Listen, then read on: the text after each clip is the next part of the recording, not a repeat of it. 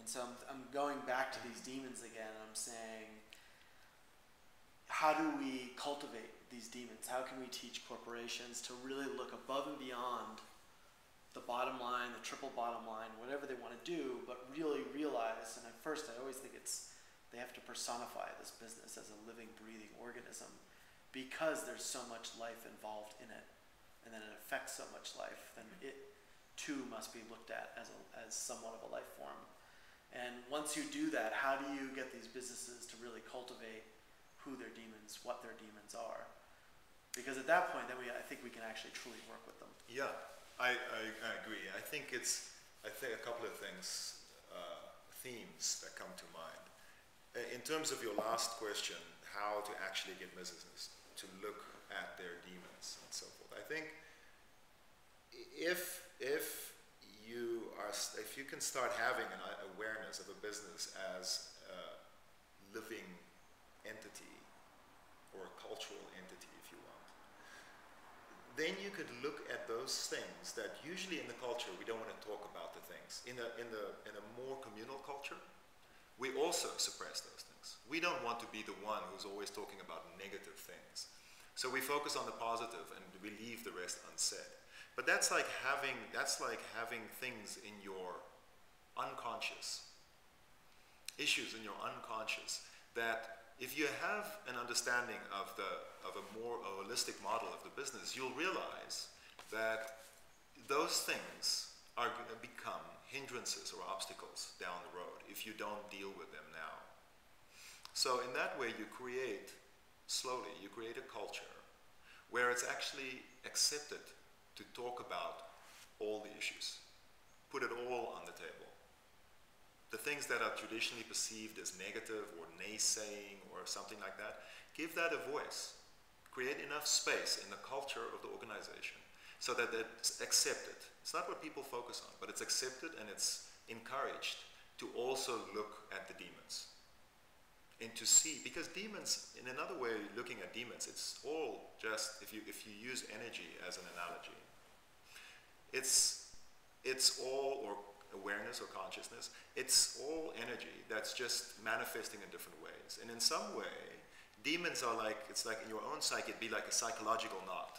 And if you bring light there, if you look there, you give attention, and you can unravel that, it's almost like energy is released. There's less of this, and there's more of this. There's a relaxation, and there's almost as if more, there's an expansion. There's more energy becomes activated or available for other things, what you really want to pursue.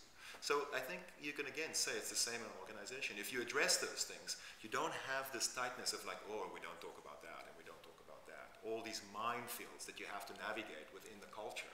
But because we focused on making these numbers and these numbers, it actually becomes a much more open space where these things are discussed. And then as they are dealt with, in the first place, just because they're allowed, they're being integrated, that releases energy. There's a lot of wisdom. It's to harvest wisdom from conflict, harvest wisdom from these demons. Because if you look at them, they're just a way that things are manifesting. It's often to do with view, worldview, and so forth. And so when you look at it, they don't stand up.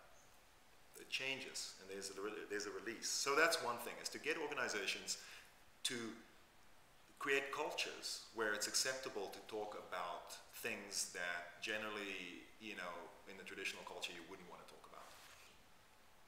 So are there what do you see from, being right now more of a consumer on one side? What would you see as the biggest demon of the corporate world right now?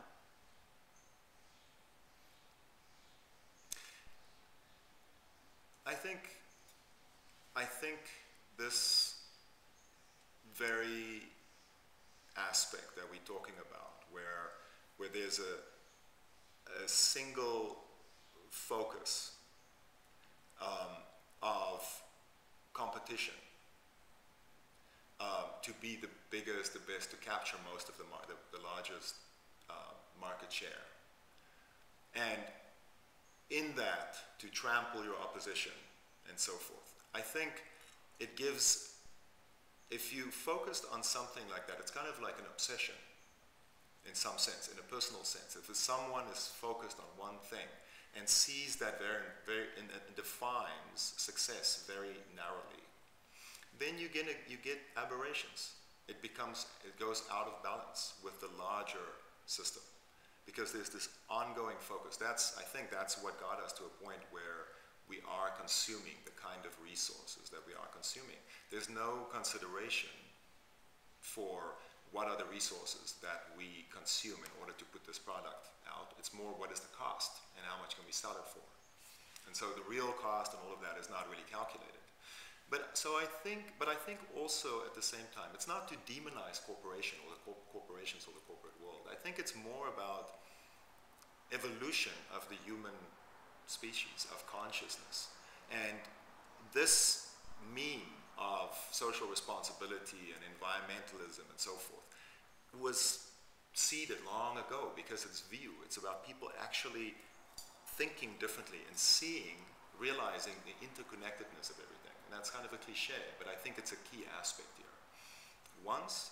It gets back to the corporation.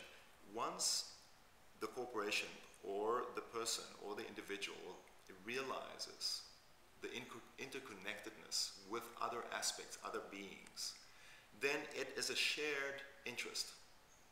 They know that I can only benefit if everyone else is benefiting. So I think that changes the culture of corporations. But you have to expand beyond that narrow view of, it's a limited view of existence and separateness. If you have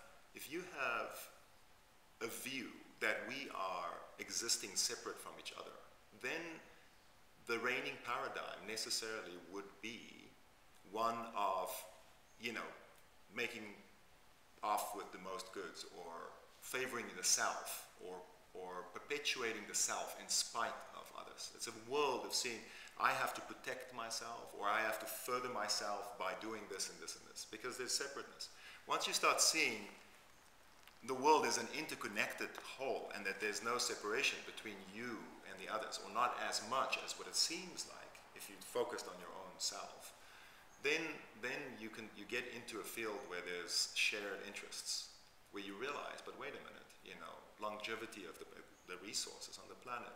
What about my kids? But also benefit to other beings, and you realize that will benefit you in turn, because it's connected. The challenge with that is it's view.